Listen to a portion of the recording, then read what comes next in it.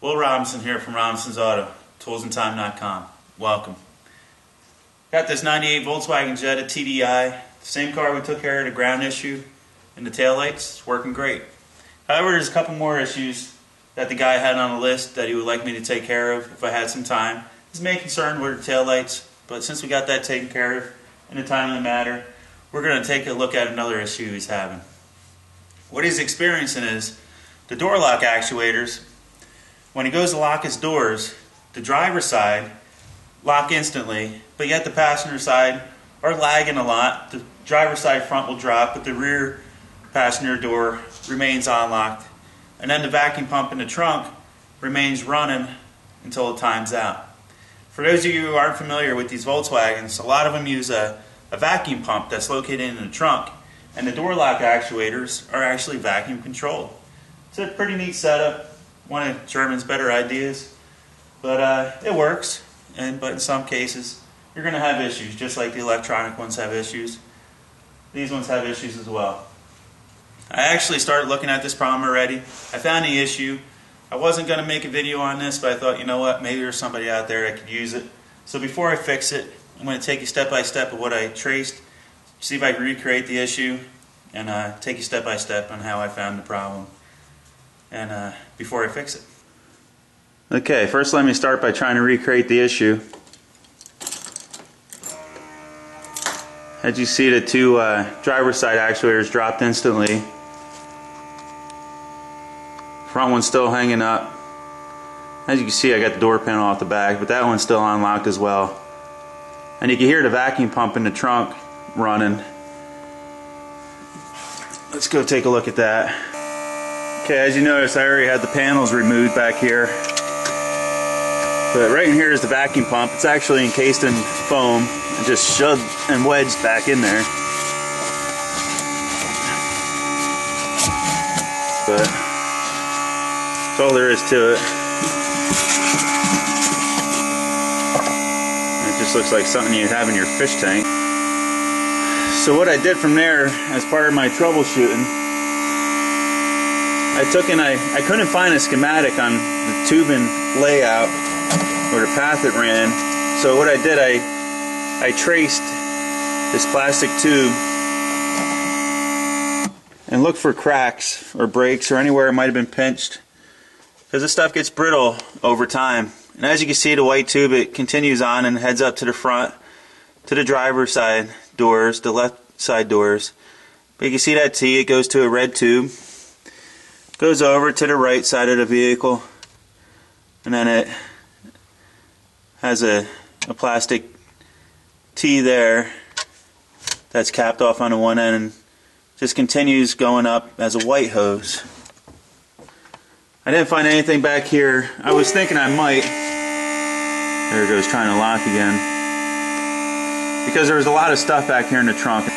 So I thought maybe it might have got pinched somewhere along the line and was brittle and may have broke. But I didn't find anything back here, so I proceeded on. And I came down here, and as you can see, if you lift up this kick panel, you got the plastic tubing. Continues up. Couldn't quite see where it teed, so I came up to the front. And as you can see, there's the tubing. If we come back here, you can see it better where it tees off. As you can see, the tubing down there, where it tees off and it goes up to a blue hose to the rear door. So I didn't see any problems there, any cracked hoses. So my best guess, I assumed, every once in a while I would see the passenger front door trying to lock, and the rear door wouldn't try to do anything. I assumed that the problem was somewhere in the back door, thinking it was probably most likely an actuator. As you can see, I already got the door panel off. Taking the door panel off is a pretty straightforward procedure. It pretty much has Allen head screws that go around the perimeter of the door. As you can see, all the tabs. Each one of them have a screw that come from the panel, that hold the panel on the door. And then it has the pinch clips that come off of the seam. Also on your door panel, you got this plastic piece just simply clips off.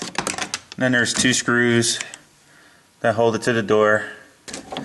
Now for these window handles, the crank handles, as you can see when they're locked on, you got the panel, and you're going to have to remove this handle in order to get the panel off. You simply push it up away from the handle. And see how that unclips? And then you can proceed on to pulling the handle off. Pretty nifty setup. Then I proceeded on to finding the actuator. Then I came up here, locate the actuator, and as you can see what we got there is a broken tab where it clips onto the actuator.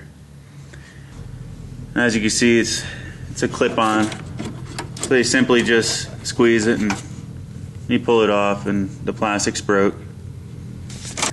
As you can see the piece is still inside of it. So I have to see if I can find this piece. It's probably a dealer item. I might head to the junkyard. They're still open and there's plenty of these around, so maybe I'll just rip one off a used car. I would try to glue it back together, but I'm not sure how long that would last. So I'll see if I can fix it right or come up with some way of fixing it, I'm sure. But pretty much that's what I'll have to do. I'll have to find a way to repair this piece and then put everything back together. Okay guys, I went to the salvage yard and found a donor. They called the dealership and they could have had one for me in about 3 days. But it was just, I just don't have 3 days, and I got it apart. Got the donor piece on there. So let's see. What I did, I heated up the hose with a lighter. I actually snipped the hose at the yard, brought it here, heated it up with a lighter, pulled it out. And I did the same to install it onto the vehicle. So let's give it a shot, see what it does. Moment of truth. Let's try to lock it. There you go, and see how quick that pump turned off? Now you can only unlock the driver's side from here. Come inside the vehicle. As you can see, they unlock right away. Lock. Pump turns off. And we're back to normal. Guys, I think I'm going to end this one there. Just wanted to throw it up there for you in case somebody else out there is having the same issue or similar issue. You get to the actuators in the same way. And how I went about tracing the lines.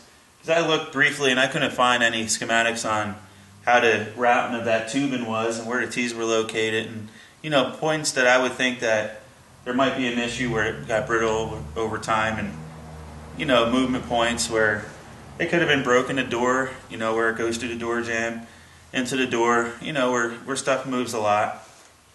Well, here there is a little bit of movement when you open and close the door on that one piece. And probably over time was the weakest link and broke. So maybe it's a common problem, maybe it's not. However, it's here for you guys if you ever need it. And plus it's a pretty cool setup. I don't know if most of you guys may not have seen it, but it's a vacuum setup. Whatever works. Alright guys, stay tuned. Have a good one. Be safe.